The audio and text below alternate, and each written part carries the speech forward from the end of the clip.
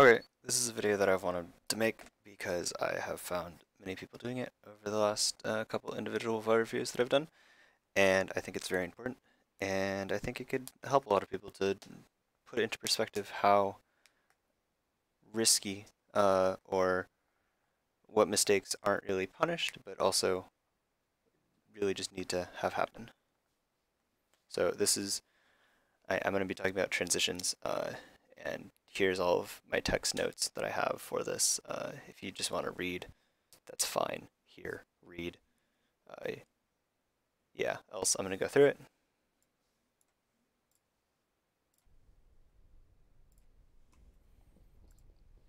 So, what is a transition? I would my definition of a transition is when a player moves from one piece of cover to another, but it has to be through enemy fire. So this means if there's a widow, or in this case, a bunch of bastions are set up, that you have to move from a piece of cover to another piece of cover. And usually this is just done either through chokes or through just rotations to get to another piece of high ground or something. It's definitely a concerted effort to rotate into a more advantageous position for the player or the team. Uh, all in all cases, transitions have risks attached to them. Either moving across requires some amount of.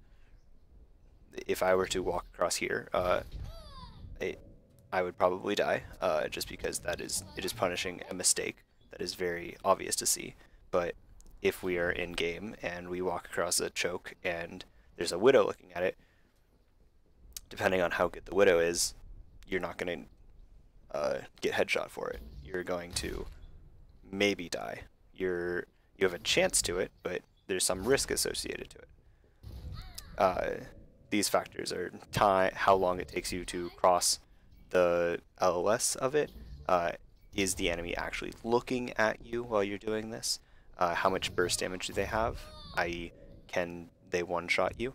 And are you going to expend any cooldowns or resources to cross this? So a fade, a blink, a teleport, a shield. Are you going to expend these resources to make sure that you do it safely or more safely than before?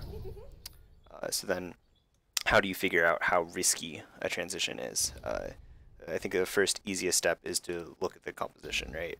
If they are running double sniper, uh, an Ana walking across choke is very liable to getting headshot, right? Because it's a very high priority target, and so it's a great shot for the widow to take. It's probably very worthwhile for the widow to try to take that shot, right?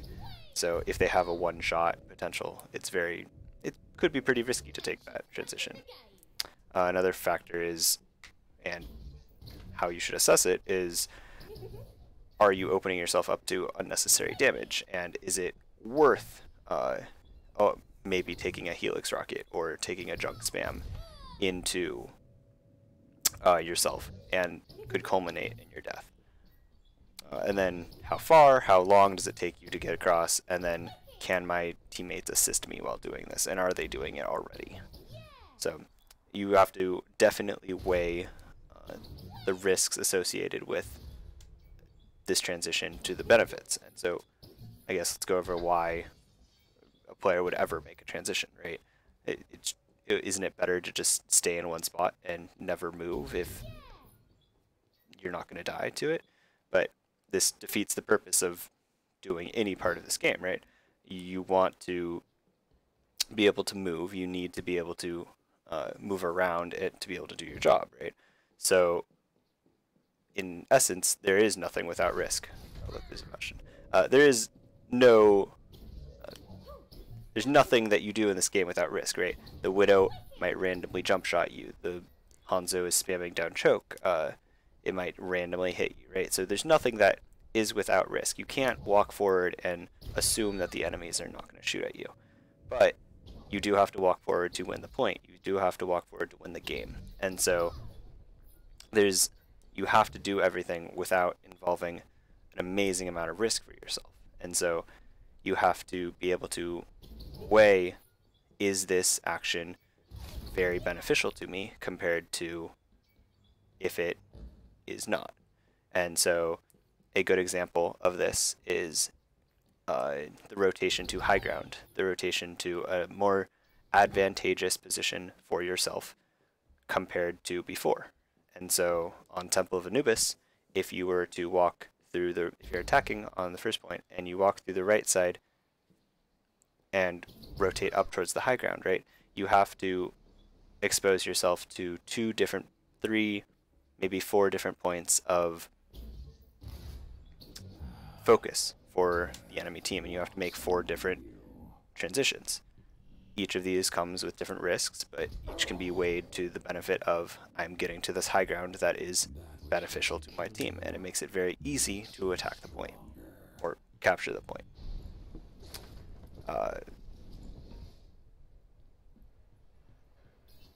Yeah, so overall, this just leads to the question of should a player ever make these transitions, or should the player make a transition at all?